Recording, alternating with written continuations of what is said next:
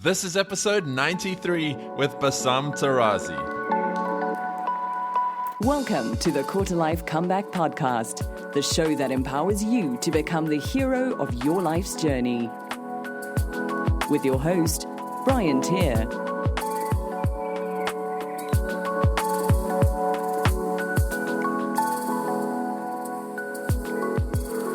Inspiration is only as good as the action it stirs. What is up, everyone? This is your host, as always, Brian Tier, and those were the wise words of this week's guest on episode 93 of the Quarter Life Comeback Podcast, Bassam Tarazi. Now, before we get to the interview with Bassam, a quick shout out to our sponsor. It is Rooster, the awesome alarm clock app that allows you to choose how to wake up rather than that boring alarm tone that you've been hitting snooze on way too often. This could be inspiring channels, news headlines, sports reports, meditation tracks, voice notes from friends and family, or whatever it is you decide. There is a whole world waiting out there to wake up to. You can check that out on the Google Play Store or the App Store at Rooster Alarm and Audio Treats. And make sure you check out my channel to wake up to similar content to this kind of stuff every single morning. Now, onto the episode with Bassam. And Bassam is, usually I start these show notes describing how or what people do for a living. But in the case of Bassam, that's not such a simple task. Over the years, he's been a nuclear engineer, a business strategist, an author, an adventurer, and an entrepreneur, founding projects such as a film festival, screenplays, a motivational framework, an online productivity course, a networking event, an entrepreneurial workshop called the Ignition Lab, and so much more. The guy is insane. Some of his adventures include traveling to 72 countries on all 7 continents, getting to Everest Base Camp and the summit of Mount Kilimanjaro, driving from London to Mongolia in a 42 horsepower car, which is little more than a ride-on lawnmower, living on an Alaskan glacier for 8 days, searching for the Pura Vida in Costa Rica, being hunted by a pig-tailed macaque in the jungles of Borneo, and standing face-to-face with Fidel Castro while he held his passport. All of these experiences left Bassam with a mashed concoction of adaptability, accountability, and finishability, which he says are the 3 most important ilities in the entrepreneur's toolkit. His latest book, Borders, Bandits, and Baby Wipes, comes out on January 8th, 2018, and documents the kind of adventure we all say we'll do one day, but never do. In this episode, you're going to learn why every decision you make is the right decision, why in 5 years you'll be wrong, what to do instead of trying to find your purpose, why thinking positively can ruin your chances of success, how to reinvent yourself while still making money, how to know if it's time to quit or keep pushing through, and why accountability is the secret to everything. As you can see, it was a packed interview, and I'm going to go on a limb here and say that this is my favorite and most powerful episode to date. I won't keep you guys waiting any longer, and as always, you can find the links and resources we mentioned at briantier.com/093. But for now, guys, let's go hang out with Bassam.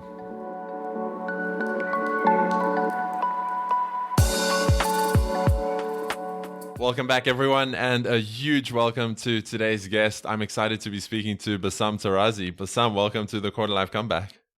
Thank you, Brian. It's a pleasure to be here. I feel like it's been a long time in the making, but I'm happy to be here. It has. We connected ages ago via, I think it was Twitter. I think so, yeah. And you reached back out and said, like, the timing's right, let's do this. And yeah, I'm super excited. I think this is going to be one of the best interviews I've done so far. But before we get into all the good stuff, why don't you tell people listening a bit about who you are and what it is that you do? Yeah, absolutely. My name is Bassam Tarazi, and I was born in Connecticut. My father's Palestinian, my mother's Dutch. I'm the only member of my family born in the States, so I had an international kind of youth. I was schooled in engineering, and kind of just wanted to attack life after that. Engineering was kind of my plateau.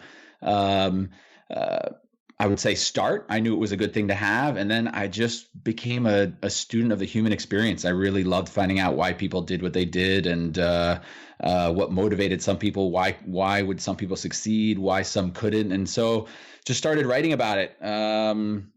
writing about motivation and accountability. I self-published a book that was called The Accountability Effect that kind of changed things for me when it came to the personal development space.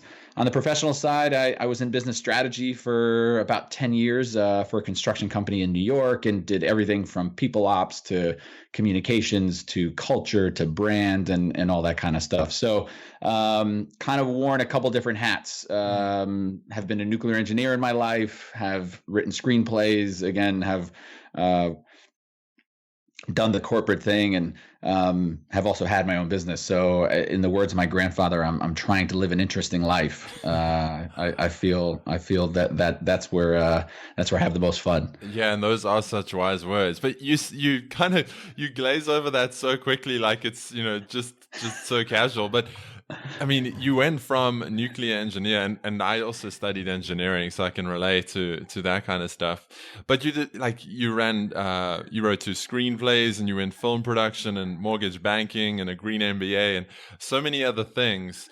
How did you kind of move from all those things, or move between all those things? It's something that ends up coming up a lot. And I try to remember my mindset in each of those moments. I know when I left engineering at Pearl, I was at Pearl Harbor. I was 23 years old, as a nuclear engineer, like, holy cow, like, what an experience. But I just felt in my heart of hearts, it wasn't the challenges I was looking for. And so I think it was always understanding when it was time to take a risk or a leap. It was understanding what the worst case scenario was in reality, because I think that's what paralyzes a lot of us. We think, oh my God, if I do this, I'm going to die. I won't have any friends. No one's going to love me. I'll be broke, and I'll never get another job. And I never allowed myself to think like that. I kind of always wanted to focus on my accountability and the things I could control. So I think it was one of those maybe cliche, would I forgive myself if I didn't try X? Whatever X was. And I'm a pretty visceral guy. And if something doesn't feel right, it's hard for me to go through the motions. So I feel like, for instance, had I stayed at Pearl Harbor for longer, a lot of people said, well, you should stay 2 to 3 years, and I said, well, why? I said, this is my life, And so I had to trust that I was someone that I could get back on my feet, and someone who was comfortable in discomfort, because that's really what change is. And, I was always open to new experiences and being uncomfortable and being vulnerable and learning about myself. So those kind of maybe innate skills helped, I would say each leap. But yeah, there were risks, and I was sometimes financially behind the 8 ball, and I had to claw out. It was never pretty, and it wasn't easy. But I felt like each time I was able to change, I had more confidence. In a future change. Mm-hmm. Yeah, totally. And I think you mentioned people telling you to do X, Y, Z, and I imagine there wasn't a ton of listening to what people were saying.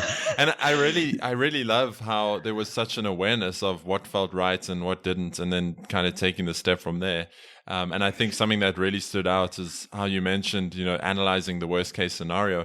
And so often, you're right, as you said, it's really not as bad as we think. Like, our minds immediately jump to, I'm going to be homeless and not be Correct. able to feed myself. And yeah, in reality, that's pretty much never the case, especially if you have an academic qualification behind your name. That's right. You can always, when I left my engineering job, I said to myself, I'm never going to turn back, but I have this thing next to my name, which does help. And even if someone's listening and they don't have a qualification, you've inevitably got skills or hustle or some kind of relationship or talent that can serve you in some sort of way. Correct. And I would even add on that, one thing, I think I got that uncomfortable feeling. I remember being at Pearl Harbor, and for the first time in my life, outside of school, it was, oh my gosh, I could stay here forever and no one's going to tell me to leave, right? There's no semester that ends. There's nothing else. It's now my life. I like to say it was the Utah Salt Flats of the rest of my life. Mm-hmm. And it was up to me. And I think I was very visceral, in understanding myself. I didn't want to waste years because, again, no one was going to tell me, hey, Bassam, it's time to go. You should really take this opportunity. It was really all up to me. So I had my radar and my spidey sense is really, really, high because I don't want to waste days, Totally. Yeah. When I left, just before I left, I had this kind of slogan pop in my head that no one's going to make life awesome for me. And you said Exactly. You have something similar on your website. You said that you believe the gift of life, the chance to make of one's destiny, whatever one chooses, is the greatest gift you could ever get. And I love That's that. right. I think it sums up perfectly what we've been speaking about so far. Yeah, I think, and that other sentence that I say a lot is, I'm accountable for my own happiness. And I think there's been moments in my life where I think I leaned a little too much on a company or a place or people or something else to kind of fulfill that happiness. And of course, life is always a balance of many, many things. But I think internally, deep in my solar plexus, I needed to know, hey, wait a second.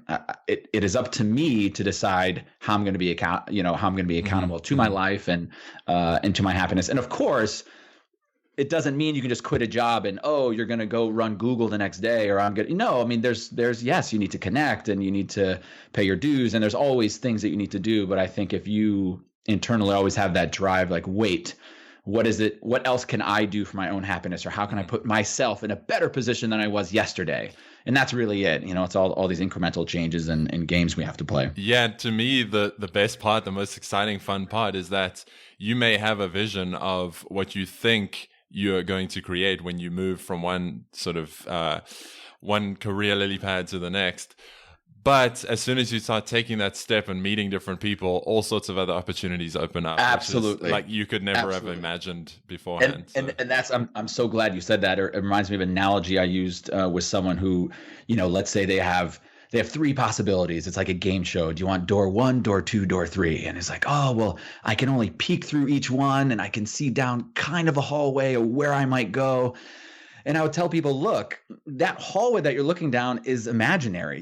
That's where you think you might be in a couple of years, but you just have to choose. And remember my father telling me, you have to make every decision the right decision, meaning whatever door you walk into, you have to believe it's the right decision. And even if it doesn't work out the way you wanted it to, there's still things you're going to learn, and there'll be tangential opportunities, right? So to continue the analogy, walk through a door, and then as soon as you're in a hallway, there's all these other hallways that you couldn't see from the outside, and all these now new opportunities and new people and, new things that you just couldn't predict. So you just have to trust that you know enough about something. I think, one shouldn't be reckless.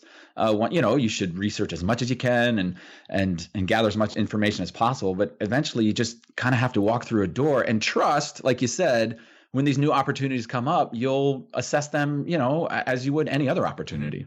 Yeah, and I mean, I bet you had no idea when you left the engineering world that you'd end up doing all the crazy things you did. None, not one. I mean, my second book is called "In 5 Years You'll Be Wrong." I was because just of that going to ask reason. you about that. Yeah, is this related to that? Mm-hmm. Absolutely. I think I was speaking at a bunch of universities maybe 4 or 5 years back. And a lot of students, I really felt their pain. They're 18, 19, 20 years old in the internet age, and they see the top 30 under 30 and the top 40 under 40 and the must-dos and the Entrepreneur Mag, Inc. Mag, and whatever, right? There's so much pressure. And so many of them were asking me questions in the sense of, how did you figure it out? How can I, what's the equation to solving my life, and where should I go? And I said, look, life is like setting sail from a shore to an unknown destination. Now, you pick a cardinal direction, north, south, east, west, you put some supplies on your ship and you paddle. But once you get over the horizon, there'll be an iceberg or an island or something that you couldn't see. So you're going to have to change directions. You can't sit there and cry and say, oh my God, this island was here. I was trying to go straight. Well, unfortunately, life and the universe presented something else. So you need to change direction. So yeah, that idea of in 5 years, you'll be wrong was kind of, when people ask me, where do you want to be in 5 years? And my answer is always, I hope I'm living intentionally. I realize it's maybe not the sexiest answer, but I don't know what's going to be presented to me. So when I look back 5 years ago, and if I looked forward, till now, I would have never thought I'd be where I am. Mm-hmm. And 5 years before that, if I looked forward, I could have never imagined I'd be where I was in those 5 years. So I was trying to help students and people in their teens and 20s to not put so much pressure on figuring, quote unquote, it out. Mm-hmm. I think life presents so many opportunities for change, especially now. And we're going to have to be different versions of ourselves as we continue growing and evolving. There's not one equation. Yeah, it's so exciting for me to think like my whole journey into this world of exploring and living more intentionally and meaningfully. It only started 3 years ago. Right. It's so exciting for me to think of how far I've come in that time. If you looked at your life, if I asked you 5 years ago, where do you think you'll be in 5 years? Oh, man. Probably wouldn't. Yeah, exactly. Yeah, I could go on about this forever. But I'd love to get your thoughts then on the whole like find your purpose sort of vibe or hype. Yeah, I'm not a fan of it. Not in the sense. Here's what I'm not a fan of. I'm not a fan of the finding your purpose passion like it's hidden under a rock. And I think that's how a lot of people approach it. They think very superficially, like once I find my passion or purpose, then I will do X or Y or Z, whatever that might be. And I think that's not really a fair way to go about it. I think a passion and a purpose is unearthed, not so much found. Totally. It's after digging and digging, and you don't even know what you're digging for. One of my favorite books on that topic is Cal Newport's book titled So Good They Can't Ignore You. And he talks about don't worry about a passion or purpose. Just get so good at something that they can't ignore you. And the quote was from the comedian Steve Martin, who was once asked on stage how he knew he wanted to be a comedian and, how was he able to follow that passion? He said he hated comedy. He absolutely hated it. He was terrified to get on stage. He didn't like it, but he knew he was good at it. And so he said to himself, I'm going to get so good they can't ignore me. And that was it, right? It was something like your passion, I think, comes about from being good at something, from being valued, from having competence about something, from growing, from learning. And so I think a lot of times, yes, there's people maybe who want to be a baseball player or they know they want to be a writer from a young age. Okay, there are people like that, but I think the majority of us aren't. And I think for someone like myself and maybe like you, I'm interested in so many different things. And a lot of times it's a jigsaw puzzle. At times it's, hey, at this point in my life, I realize that this is working for me. Yes, it's not 100%, it's not clicking on every single cylinder, but hey, I'm good at 75 or 80% and I'm growing and I'm learning and I'm challenging myself. And I think that unearthing kind of leads to, call them eureka moments, and things you really couldn't see again from over the horizon. So I think it is tough if people just spin tires and wallow for years and years and years searching for a purpose or passion and not really getting deep on something. Yeah, and it's a recurring theme that I've picked up from all these interviews that I've done now is it doesn't come from, figuring out what is my passion. It comes from action and from Correct, that. absolutely. And the other thing is there's not one. Like I'm still very passionate about sustainability. It doesn't mean that I wish I was a green engineer. As am I. Exactly. And I think I would even say, Brian, you and me, there's 10,000 or a million versions of a happy life that each of us could live. Exactly. And that goes back to my dad's statement, make every decision the right decision. Hey, you live at a time that you get to choose and be anything you want. How glorious is that? And so, but yes, that obviously leaves regret and should I do this, that, whatever. I think there is no should, there only is. I used to say that, how many more motivational quotes do you need? There's motivational quotes everywhere. I said, inspiration is only as good as the action it stirs. If you sit there and you read a motivational quote and you think, oh yeah, that'd be great, and I'm going to pin this on my wall, but you don't do anything different, that's not inspiration. That's like comparison. That's depression. That's, so I think, like you said, one needs to act, one needs to do, and see what happens. I think we need to live more scientifically. Like scientists go into an experiment not knowing what's going to happen, and they're okay with that. And I think we put so much pressure on ourselves to figure it out before the experiment is done. And they celebrate failure. That's the other thing. Absolutely. Look what doesn't work. They go, okay, here's what doesn't work, and they can write a paper on that. And so what's funny is, like, we as people, we've been able to that we can predict the tides and the seasons and the crops and all these things, and we think we can predict our own life, and it's kind of a fool's errand. And we should look at it more exploratory. And again, not in a reckless way, not in a putting yourself in danger or doing, but hey, I'm gonna test this out. And I think part of get into the FOMO and all that kind of stuff, but we are just inundated with information, and people just aren't willing to do something for 90 days or 6 months or a year to see what's on the other end. I think everyone's like, well, it didn't work. I've been writing for 14 days. I don't know. I can't get a book deal. It's like, whoa, even 14 months. Yeah, it's.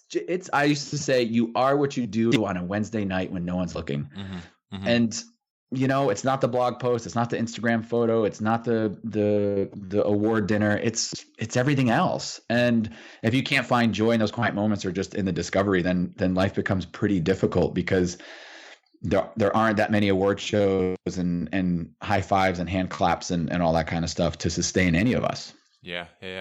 You mentioned something about the Instagram quotes, and you had an article on your website about why thinking positively can ruin your chances of success. I wonder if you could touch on that for a second. Yeah. The issue with only thinking positively, I think it comes back to the inspirational quote, is that you almost are high on the thing you want to do without having done it yet. And so you don't leave room for the grit, for the ugliness, that when that speed bump comes, are you ready? Are you ready for the impediment that might be in your way? So I think thinking positively, what I always say, it's a great start. You obviously want to believe in yourself and think you can do it, but then right away it's preparing for, okay, how do I now get this work done? And when the unknown comes, and maybe I'm not motivated, or this person doesn't write me back, or I don't get that job, or I don't get that commission, or whatever it is, what will I do then? And that inflection point is everything, because the universe will not line up for us. So, there's the adage of the person who says that they're going to run a marathon and they tell all their friends. In that moment, they actually have a rise. They have, endorphins running through their body. Great. Congratulations, Brian. You're going to run a marathon. That's unbelievable. So proud of you. So happy for you. Mind you, you haven't done anything yet. You haven't, figured out your training regimen. You haven't done anything. And so we run the risk a lot of times getting high on the thing we want to do. And I like to say we get high on first gear and fifth gear, but life is basically second through fourth, right? We get high on starting our engine in our driveway, or the wind through our hair on the highway. There's obviously highs for both reasons, but there's traffic on the road, there's road work, there's people in your way, there's a zillion and one things. And so a lot of times I tell people my job was to make third gear sexy, that if we can't enjoy getting to the highway, then we're just starting cars and dreaming of high speed trips, and that doesn't really get us anywhere. A word that came to my mind as you were describing like all the different career paths you've been on is reinvention. That's a good, yep. And for people listening to this who feel like they might be at a point of reinvention, what are your tips for moving into that? So I would say a lot of times it comes down to what are my skills first and foremost. Because I think when it comes to reinventing, let's call a spade a spade. A lot of times people are trying to reinvent, but they still need to make money. And, as much as we say, I don't want to, money isn't everything, and it isn't, we still, want to eat and live and be independent and all that kind of stuff. So when one is reinventing, I think it's, as we touched about earlier, what are the risks? Truly understanding in reality, what are the risks, right? I might have to move out of my apartment. I might have to go into my savings. I might, all those things that might happen with a big change, especially if you're going to change before you have anything in line. But I think it's understanding what is one good at, and how can you then articulate that to a future endeavor. If you need to be hired by somebody else, you need to think about, it's not about what do you do, it's what you do for other people. So this person is going to pay you $100,000, $150,000, whatever it is, to do what? What is it that you bring? What are the skills you bring? And I think a lot of times we get caught up in our own passion and purpose, and we say, well, I want to work here because I'm passionate about this. But no one pays you to be passionate about something. They pay for results and change and metrics and all those kind of things. So I think if someone's thinking about making a purposeful or a passionate change into a new field, a new career, you have to think very quickly, okay, what are the skills that I have that can aid in that pursuit? There was something that Ramit Sethi said that I really loved when it came to change. He said, it doesn't matter what you want to do, it matters what's available. So for instance, let's say I wanted to become an astronaut next, right? Well, I have an engineering background, yada, yada, yada. Right. Which I would love to, by the way. But, I don't have a PhD and I haven't been in the sciences for a long time. So Ramit would say, okay, the thing you want, being an astronaut, is not available. So what's the next best thing? So he says, say there's a job that's 10%, let's say, akin to being an astronaut, another one that's 15%, another one that's 18%, whatever the skills, whatever the things involved. He said, choose the one that's 18% like being an astronaut if you can get a job offer there. And then after a few years, maybe find something that's 22%, 28%, 30%. So I think it's, again, understanding that these things take time. And so figure out what's available and how can I gain more skills in that world. So for people, I don't know, maybe it's copywriting. Maybe somebody is bored at their job, but they really enjoy writing and they want to go write for Esquire magazine or the New Yorker or something like that. Well, that's probably not going to happen right away. So are there smaller magazines? Are there op-eds that you can write, right? So it's like figuring out what is the lay of the land, as a friend of mine used to say, so that you can build something you can point at. So when the opportunity comes, someone says, okay, well, what have you done? Can you show me on your resume? So what are those tactile things? Well, here's what I've done. Here's 1, 2, 3, 4, 5. So building things you can point at, I would say moving in a direction that is closer to the thing you want. I think a lot of times people, because they can't find the 100% match, they will stay in misery instead of, trying to change gears into something that is just closer. And then once you're closer, like you mentioned earlier, different opportunities happen that you couldn't predict. So it's like you have to leap first. Including some that might be even better than an astronaut. Including some or I would say, who knows? In 5 years, I might say, you know what? I thought I wanted to be an astronaut, but I realized what I was really seeking was being part of something that was bigger than myself, right? Or whatever it is. And there's happiness there too. Yeah. So, yeah. I was going to say in 5 years, we might all be able to just go to space.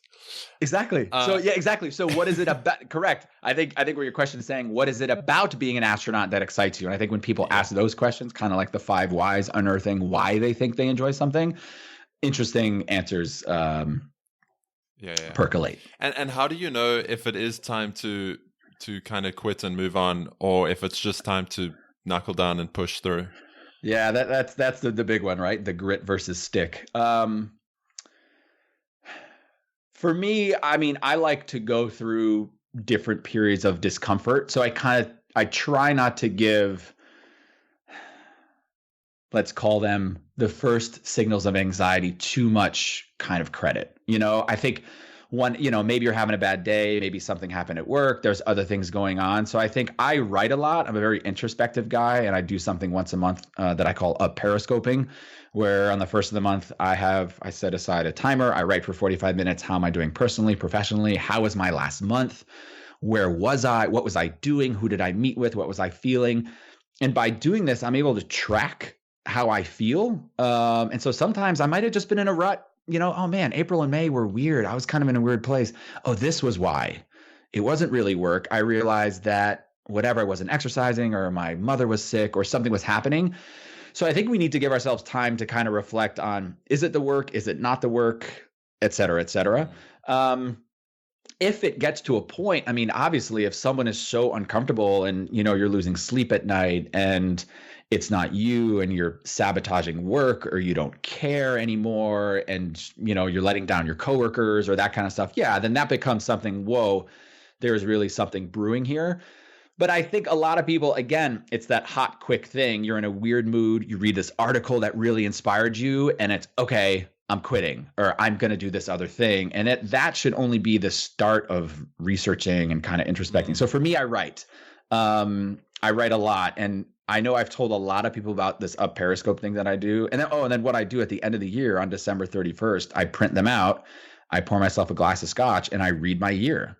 And it's one of the most fulfilling, uplifting things that I do, because I have in there, podcast call with Brian, that will be in my October entry. There'll be a little bullet point and it'll bring back a memory of how did that feel and what was going on. So there's too many shining lights out there and too many things, that are drawing our attention. You should do this. You should do this. You should quit your job. You shouldn't quit your job. You should start a side hustle. No, you should everything contradicts. You can find something that contradicts everything, every piece of advice online.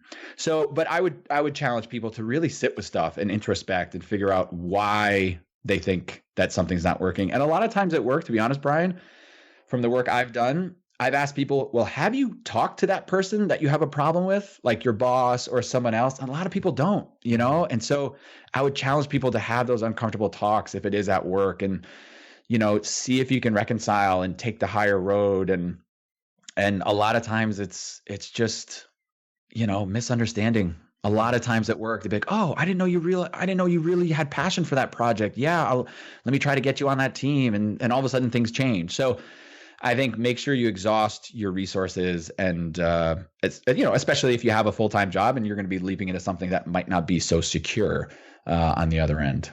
Yeah. A word that's popped up a lot in this conversation is accountability, obviously, because you've written a book on it. But I wonder if you could just kind of touch on that a bit before we look to wrap up. Yeah. So accountability became this thing. I think, again, I touched on it. We're all accountable for our own happiness. I was seeing a lot of times in life and in business that it was so easy to slough accountability, especially with email and text messages and this kind of ambiguity that you can get through life and RSVP to something, but then not go because whatever came up. And so, I used to tell people, be a man or woman of your word first. Before you want to change the world, be somebody that people lean on and be accountable for your own words. If you say you're going to be somewhere, be there, And so I think I was getting just really annoyed at this idea that it was so easy to slough accountability and be like, oh, well, I didn't do it because they didn't get back to me and I tried. And, if everyone's an idiot, then we're all idiots, right? If it's, oh, everyone I work with, no one's, Well, maybe your email wasn't as clear as you think, or maybe that person was going through a tough time. Is there another way you can follow up with them? So my big thing is close the loop on your accountability. And if there is a piece of drama and you're only 20% ownership for it and the other person is 80% owner of that, own your 20%. Fall on your sword for the 20% and just say, hey, you know what? This part was my fault. I'm sorry. All of a sudden, everybody's amicable and everybody's apologizing. Everybody wants to move on. So accountability for me, I think, is the secret to everything. I think it's the secret to happiness. I think it's the secret to living a fulfilled life, because it's on you. The first person you look at for blame or for discomfort or anything. You're in traffic. I remember somebody saying, "You're not stuck in traffic. You are traffic." You're there too. So just relax. Be accountable for that moment and that kind of thing. And that's kind of always calms me down. And I can choose how I react to a situation, right? I used to say, control what you can control. And usually all that is how you react to things out of your control. Again, stuck in traffic, you can bitch, you can complain, you can swear, or listen to a podcast, listen to a book on tape, meditate, whatever it is, right? You can choose to react in a different way. And I think when people kind of understand that, take 6 deep breaths at a time that you want to just, absolutely freak out, realize it's not about you. It's not. Most of the time when people upset you, they weren't trying to upset you.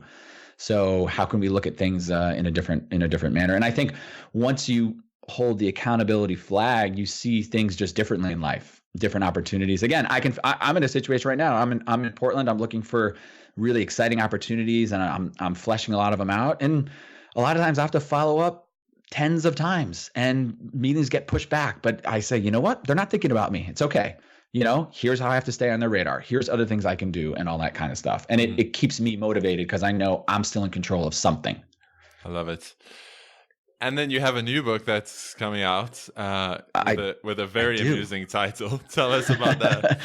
So this new book is really about embracing exploration. I think I've been very blessed. I've been to all 7 continents, and I've been to 72 countries now. And I think travel, and again, that being cool with discomfort and meeting someone from another place, and I would say opening yourself up to new opportunities. The book is called Borders, Bandits, and Baby Wipes: A Big Adventure in a Tiny Car, and it's a narrative nonfiction story that I did in 2014 on the Mongol Rally. We drove in a really crappy car from London all the way to Ulaanbaatar, Mongolia. It's a 42 horsepower car. Is that the adventurous trip? That's the adventurous trip. That's amazing. Right. And at the time I was really going through professional kind of crossroads, kind of like what we were talking about. I was working at OmniBuild full time. I was consulting and had Calipera, my coaching business, and OmniBuild, a company that I'd worked for, had offered me, a full-time gig again. And I was just at a crossroads and I didn't know what I wanted. And I was going on this journey. And so it's a journey. I put people, in the shotgun position in the car. They get to experience places that they'd never see, but also my own personal journey, professional journey, myself and my friends. So it's an ode to the explorer, just to get out there and get lost and see what happens. So that comes out on January 9th. You can check more about it at bordersbandits.com. Yeah, and I'll link up all of that in the show notes. Bassam, I do want to be mindful of the time. Before we wrap up here, is there anything we haven't mentioned that you feel might be worth bringing up for people listening? I think we touched on for me, the two things I wanted to get out, make sure we touched on accountability, and in 5 years, you'll be wrong. And I think we have to somehow find a way to find focus in our lives. I remember talking to the CEO of Hootsuite, and we asked him, a friend of mine and I asked him, what are his 3 biggest pieces of advice for entrepreneurs or people that are starting something? He said, the 3 biggest pieces of advice are focus, focus, and focus. And a lot of times we're just so scatterbrained and so split-brained. And that's one of the things that I think has allowed me to get ahead. And I think a lot of people have asked me, how do you find the time? How are you able to do this? And I always say, when I'm not hanging out with you. And so it's setting a timer for 30 minutes and really diving into something and not letting yourself get scattered or distracted. So the world wants your attention, and it's your job to push it out, at least for a little bit. And it's amazing what can get done in 30 or 60 minutes of uninterrupted time. And so I challenge people, and I want them to dive into that blog post or that about page or that one-page synopsis or the branding strategy they need to do. Whatever they need to do, you can probably get it done in 60 minutes if your phone was on airplane mode. Mm-hmm. Trust me. Yeah, I could geek out about this stuff all day. But we do need to come to a close. Bassam, I've got some final rapid-fire questions at the end here. The first is, what do you wish you'd been told in your 20s? To stop trying to figure it out. Mm-hmm. Got it. I just think that it's too much pressure to, what is it you're going to do, period. And I think we all search for that really one word answer. And I think we waste a lot of energy instead of just living and testing and exploring. Mm-hmm. What is the biggest opportunity for quarter lifers today? Biggest opportunity is your access to information and people. I think the idea that you can direct message anyone on Instagram is unbelievable. Yeah. So if there's someone you love and you love to follow, and who knows, write them, see what happens. It's real easy to find people's email addresses. You can go on LinkedIn.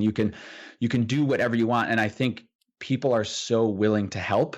So I think your biggest opportunity right now is just your access to opportunities, whether you believe it or not. And it's uncomfortable, and you have to be vulnerable, and there's going to be rejection, but nobody really had these chances when you think of like the mid 20th century, all the way up to the late 20th century. Now your access to the people who inspire you is right there at your fingertips. Yeah, and I couldn't have said it any better. This interview is an example of that. You are someone who I've admired for a long time, and I love the way you show up and the work that you put out there. And I think I reached out to you on Twitter and just said... It was Twitter. Yeah, it was Twitter. I think I just commented on one of your tweets and said, would you be up for sharing that in a podcast interview? And absolutely. No attachment to it or anything like that. And here we are. So example that this does work.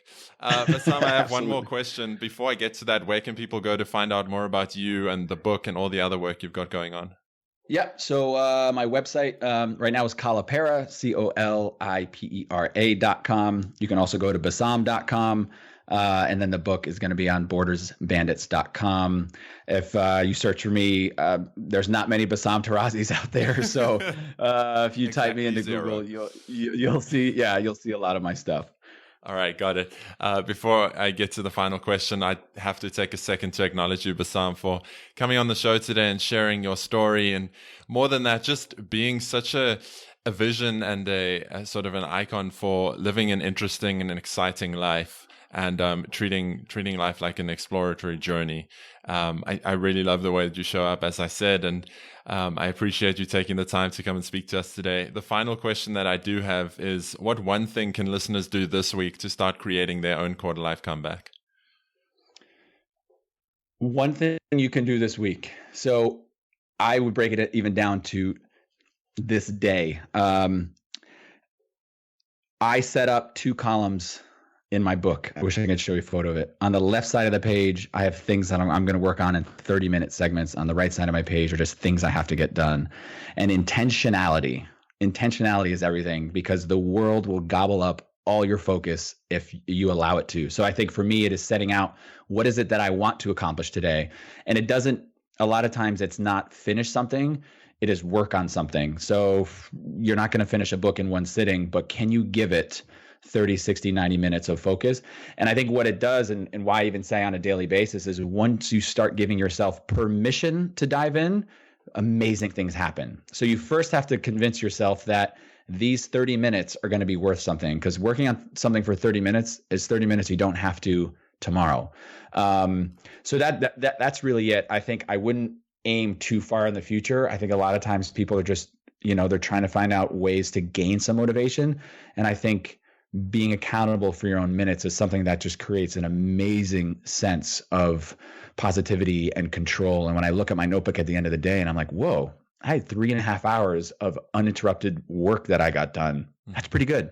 That's pretty good. Although I might not feel it, Brian, I might not know exactly what I got done in that day, I know that I pushed the things forward that I needed to push forward, and that's all I can control. Mm-hmm.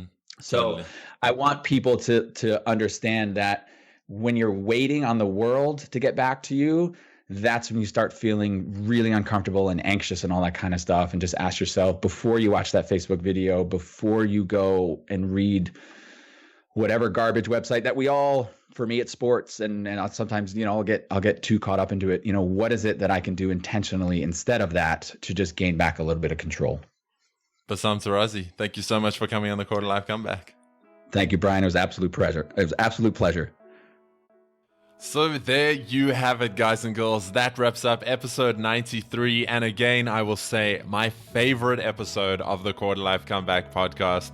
A huge warm thank you to my man, Bassam Tarazi, for coming on the show and sharing his incredible journey with us. So many wise words.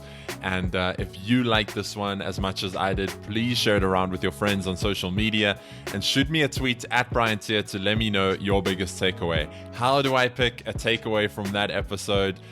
Your guess is as good as mine, but I'm going to go on to this one and say, remind us what Bassam said about make every decision the right decision. Even if you've picked something and something's happened that maybe you didn't expect, find the lesson in that, the learning in that, develop the skill that comes from that opportunity, the relationships that come from that opportunity, and then use that to move forward. So much more in this episode. I'm definitely going to listen to it again, and you can find the links and resources we mentioned in the show notes at briantier.com/093. Make sure you also head on over to quarterlifecomeback.com to subscribe to get all these episodes and more as soon as they go live. Thanks once again for joining me this week. I appreciate you more than you know. And until next time, guys, keep creating your quarter life comeback.